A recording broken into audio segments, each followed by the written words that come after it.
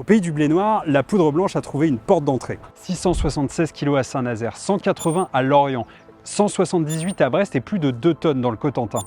Les découvertes de cocaïne ont explosé dans l'Ouest depuis 2022. Mais alors, d'où vient cette cocaïne et pourquoi la trouve-t-on ici, sur un territoire au premier abord plutôt éloigné du narcotrafic? Et comment arrive-t-elle à terre? Toutes ces questions, on va y répondre dans ce premier épisode de Marée Blanche.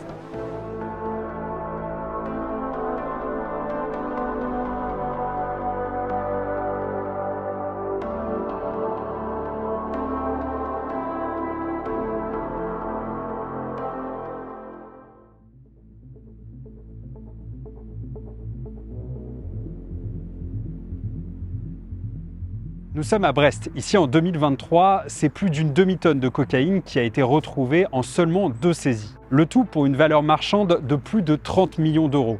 Alors bien sûr, on est bien loin des records européens. Eux, ils se comptent en tonnes. Mais la cocaïne afflue toujours plus sur le continent et la région, elle n'est pas épargnée.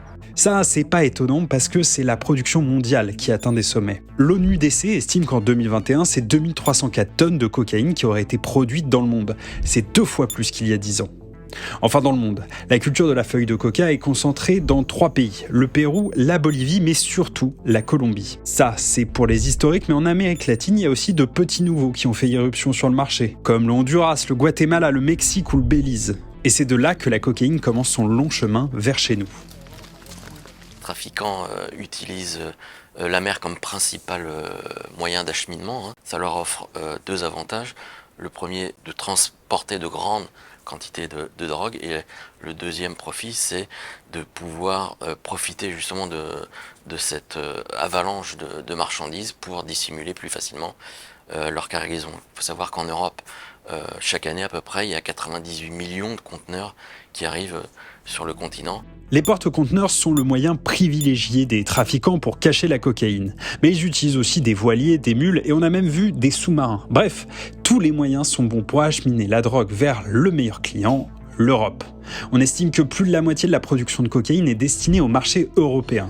Mais avant d'atteindre sa destination, la drogue passe par ce que l'on appelle des pays rebonds. Les services anti-drogue en Europe et en France en particulier ont une attention plus particulière pour les pays à risque qui sont les pays directement voisins des pays producteurs de cocaïne. Donc ils utilisent des pays rebonds pour masquer justement cette origine-là. Pour la France, généralement c'est les Antilles, la Guyane, mais ça peut être aussi des ports d'Afrique de l'Ouest, ça peut être la Turquie. Ce n'est qu'ensuite que la cocaïne prend la direction des ports européens. Les principales portes d'entrée, ce sont les plus gros ports, Rotterdam, Hambourg, Anvers. Ces 3-là représentent 60% des saisies européennes. Il y a d'énormes mesures de sécurité qui ont été mises en œuvre et qui sont encore mises en œuvre. Du coup, les narcotrafiquants essayent de cibler des ports qui ne sont pas aussi sécurisés. Alors le Havre est en train de se sécuriser, du coup les narcotrafiquants vont à Dunkerque, c'est aussi Saint-Nazaire chez nous, c'est Bordeaux, c'est Marseille. Voilà. Et si demain ces ports-là sont plus sécurisés, ils iront ailleurs, c'est pas un problème pour eux. Pour faire passer la cocaïne à terre et déjouer les contrôles, les trafiquants comptent sur la complicité de certains dockers qui peuvent toucher l'équivalent de plusieurs années de salaire en quelques minutes. Alors ça, c'est pour la version simple, mais vous allez voir, les trafiquants ne manquent pas d'imagination. En 2023, c'est 178 kg de cocaïne qui ont été découverts dans un bateau dans le port de Brest. Stéphane, tu avais couvert cette affaire. Elle était cachée où exactement, la cocaïne ? Alors, cette drogue était cachée sous le bateau, c'est-à-dire que les trafiquants utilisent les sea chests, ce sont des caissons étanches qui sont situés sous les lignes de flottaison. En fait, ce sont des prises d'eau qui permettent d'aspirer de l'eau pour le moteur, pour refroidir le moteur. On arrive à placer des ballots à l'intérieur, ballots qui sont parfaitement étanches, bien sûr, et donc ça permet de transporter la drogue de manière tout à fait discrète. Elle est embarquée justement au départ, au port départ, donc en Amérique du Sud, sans même que l'équipage ne s'en rende compte. Cette drogue va traverser tout l'Atlantique et ensuite elle doit être récupérée dans un des ports en fait de débarquement, tout aussi discrètement par des plongeurs des plongeurs maison, hein, donc tout pareil, il n'y a pas encore de complicité portuaire ou autre chose, c'est des gens qui viennent vraiment récupérer cette drogue dans ces caissons.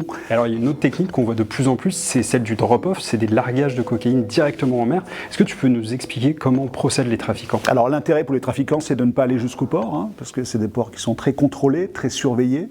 Donc l'idée, c'est de larguer la marchandise en mer, en plein océan. Alors, différentes techniques, hein. Un bateau qui vient côte à côte, on échange en fait la marchandise, ou alors on largue carrément les ballots en mer. Ces ballots sont équipés de balises GPS pour les retrouver, parce que c'est pas le tout de les larguer, il faut aussi pouvoir les retrouver. Et il arrive parfois que les trafiquants ne récupèrent pas tous leurs ballots. C'est pour ça qu'on en trouve parfois sur les plages.